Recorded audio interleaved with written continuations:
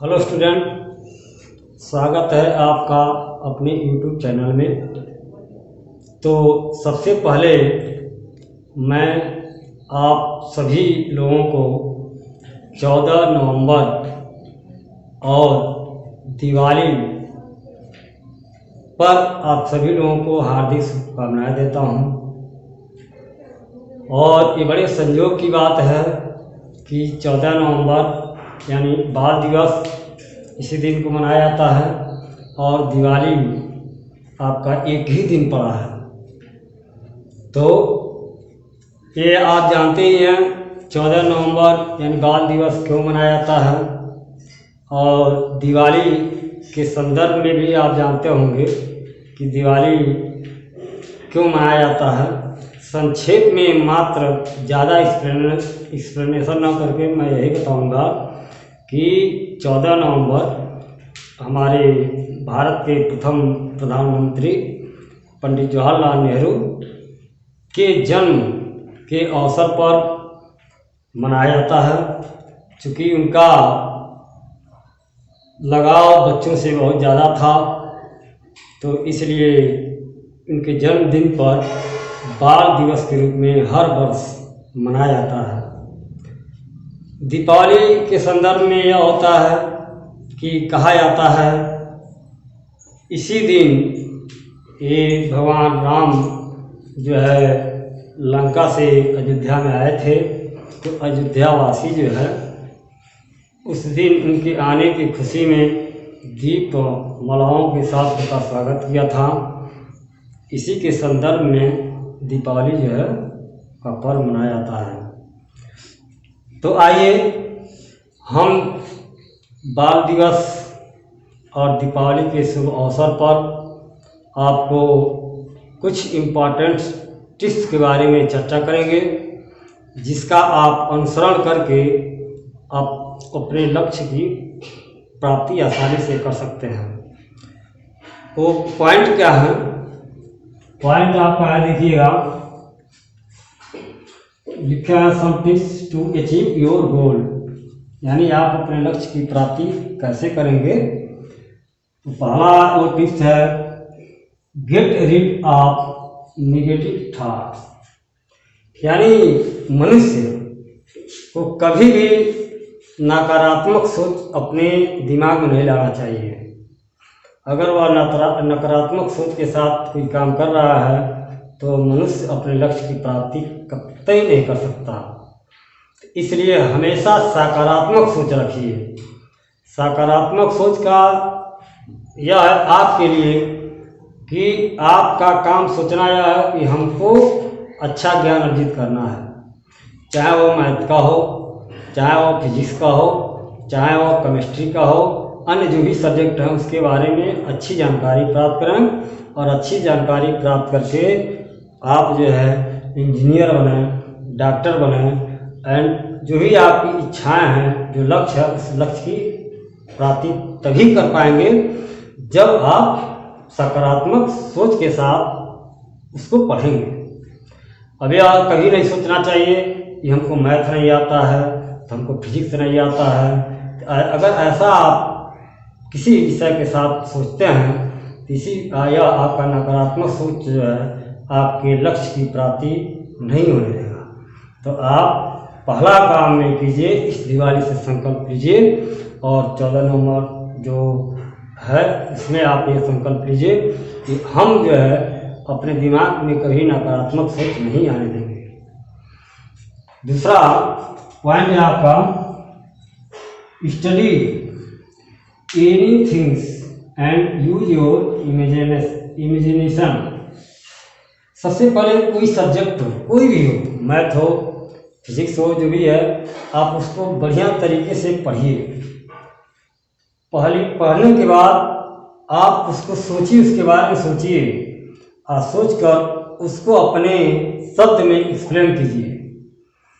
ठीक है, तो निश्चित ही आप जो है जो लक्ष्य रखे हैं उस लक्ष्य की प्राप्ति कर सकते हैं। अगला जो है थिंक बिग, यानी थिंक बिग का तात्पर्य लिया जाए कि आप जो सोचें वो कभी छोटा सोचने की कोशिश मत कीजिए। यानी आप सोच जो है उच्च रखिए कि हमको इस परीक्षा में 99% लाना है, हमको डॉक्टर बनना है, हमको इंजीनियर बनना है, हमको IAS बनना है। यानी आप इस सोच के साथ अपना कार्य कीजिए तो निश्चित ही आप उस लक्ष्य के अगल बगल यानी आसपास जरूर ही पाए जाएंगे। नेक्स्ट आपका देखिएगा, do not be afraid from failure. यानी आप कभी भी कोई वर्क कर रहे हैं, मान लीजिए आप एग्ज़ाम ही दे रहे हैं, एग्ज़ाम देने के बाद आप कठिन परिश्रम किए, परिश्रम करने के बाद आप जो सोचे उस सोच के अनुसार आपका मार्क्स प्राप्त नहीं हुआ, ठीक है ना। तो अब ये कहीं मत सोचिए कि ये मेरी असफलता है। यानी आप उसी जो कार्यगत से यानी जो आप कठिन परिश्रम किए उसी कठिन परिश्रम करते हुए आगे की तरफ बढ़िए तो निश्चित ही आपका जीवन उज्जवल भविष्य की ओर प्रगसर होगा, इसमें कोई संदेह नहीं है। और पांचवा जो है प्लान। यानी आप कोई भी वर्क करते हैं तो अगर बिना प्लान का करते हैं, जैसे आप एग्ज़ाम ही देना है, अब 2 महीने के बाद यानी फरवरी और मार्च में एग्ज़ाम की घोषणा यूपी बोर्ड कर ही चुका है, तो आपको एग्ज़ाम देना है। इसी समय से आपको प्लान बनाना है कि हमको ऐसे पढ़ना है और इतना घंटा अगर पढ़ते हैं और प्रत्येक सब्जेक्ट को पढ़ते हैं तो जो आप प्लान लक्ष्य बनाए हैं कि हमको 99% लाना है, हमको 90% लाना है, हमको 95% लाना है, तो उस लक्ष्य को आप आसानी से प्राप्त कर सकते हैं। अगर चाहें आपकी 99, 95, 90% नंबर प्राप्त करना और बिना प्लान का ये संभव नहीं है। इसलिए आज के दिन आप संकल्पित हो जाइए कि हम जो है प्रत्येक सब्जेक्ट टाइम टेबल के अनुसार पढ़ेंगे और टाइम टेबल के अनुसार आप पढ़ना स्टार्ट कर दीजिए तो निश्चित ही आप जो लक्ष्य निर्धारित किए हैं उस लक्ष्य के पास तक जरूर पहुंचेंगे। अगला जो हम पॉइंट बता रहे हैं वो आपकी जीवन की दशा को बदल देगा। उसमें आपका जब आप बिस्तर से जगिए और जगने के बाद आप पहला काम यह कीजिए कि धरती माँ को प्रणाम कीजिए। प्रणाम करने के बाद आप जो है अगला काम अपने जो भी जिसको आप आदर्श गुरु मानते हैं उनको सहृदय से प्रणाम कीजिए और इतना करने के बाद आप कहिए, आगे हाथ कर ऐसे कहिए, गुरु ब्रह्मा गुरु विष्णु गुरु देवा महेश्वरा गुरु साक्षात परब्रह्म तस्मै श्री गुरुवे नमः।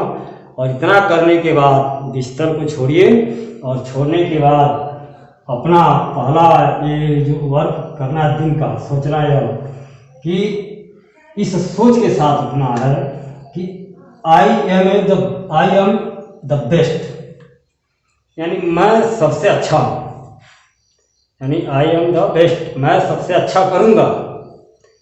यानी बुरा करने का ये सोच ही नहीं रखना है कि मैं जो बेस्ट करूँगा, ठीक। और आई कैन डू इट, यानी आप ये सोचिए कि कोई असंभव वर्क हो जिसको आप देखते ही कहते हैं कि हम कर ही नहीं पाएंगे, लेकिन ये हमेशा दोहराइए कि आई कैन डू इट, मैं इसको कर सकता हूँ। जैसे मैथ नहीं आता कहिए मैं जान सकता हूँ। जान सकता हूँ कहने भर से नहीं होगा, जब जान सकता हूँ उस तरह वर्क करना पड़ेगा आपको, तब जाकर आप जो है वो मैथ से लगा होगा और मैथ से जब लगा होगा तो आपको मैथ आना स्टार्ट हो जाएगा। नेक्स्ट आपको करना है टुडे इज माय डे, यानी आज का दिन मेरा दिन है। जैसे ये सोच कर वो कहिए कि आज का दिन मेरा दिन है, दूसरे का नहीं है, ठीक है। और चौथा पॉइंट कीजिए God is always with me. कोई वर्क आप कर रहे हैं, एक कभी मत सोचिए कि हमारा जो साथ ईश्वर नहीं दे रहा है, वर्क कर रहा है, आप कहिए मेरा साथ ईश्वर देगा। ठीक है, ये सोच आप रखिए कि ईश्वर जो है मेरा साथ देगा, तो निश्चित ही ईश्वर जो आपका साथ देगा। और जब ईश्वर साथ देना स्टार्ट कर जाएगा तो आप किसी भी असंभव वर्ग को संभव कर सकते हैं। अब देखिए 5वां जो पॉइंट है, I am the winner. I am the winner, मैं विजेता हूँ। ये हमेशा दिमाग में सोचते रहिए कि मैं विजेता हूँ। और इतना पॉइंट दिमाग में रख कर और बिस्तर से उतरिए, और उतरने के बाद अपना काम स्टार्ट कीजिए। पुनः दिन में यही प्रक्रिया जो अपने दिमाग में रखिए। जितना पॉइंट बताया हूँ सारे पॉइंट्स अपने दिमाग में रख, दिन में लगभग 5-6 बार दिमाग में रखा जाए कि हम यह काम इतना करना है, और यह करते हुए अपना वर्क कीजिए। निश्चित ही आप जो अपना लक्ष्य रखे हैं उस लक्ष्य की प्राप्ति करने में कहीं से कोई दिक्कत नहीं होगी। तो इन्हीं सब बातों के साथ मैं आपको धन्यवाद देता हूं, और मैं आशा करता हूं कि आप मेरे इस विचारों को ग्रहण करके आप अपने जीवन को और अपने भविष्य को बनाएंगे। धन्यवाद। तो आइए आज इस टिप्स के अतिरिक्त जो है क्लास को देखा जाए। तो क्लास आपका फर्स्ट ईयर का फिजिक्स का, और ये आपका चैप्टर 3 का लास्ट लेक्चर है।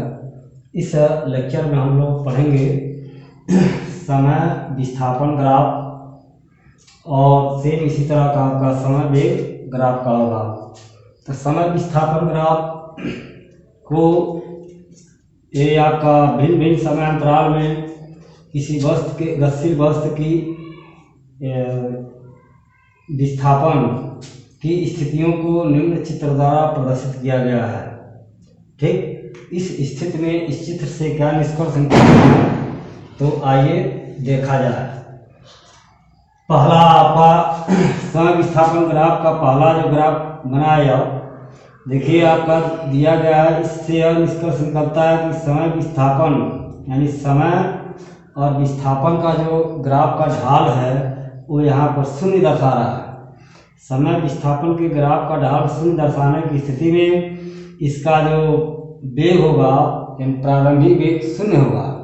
अर्थात इस स्थिति में यह शो करता है कि यह जो वस्तु है विरामावस्था में स्थित है। पहला यह हुआ।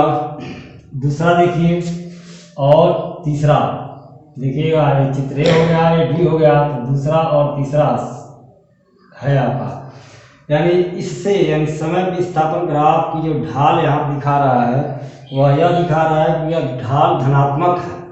ये जो ढाल है वो क्या शो कर रहा है, धनात्मक। इस स्थिति में वस्तु का वेग धनात्मक होगा, और धनात्मक होने के कंडीशन में इसका जो वेग का सूत्र मिलेगा वो क्या होगा, v बराबर डेल्टा एस अपान डेल्टा टी होगा।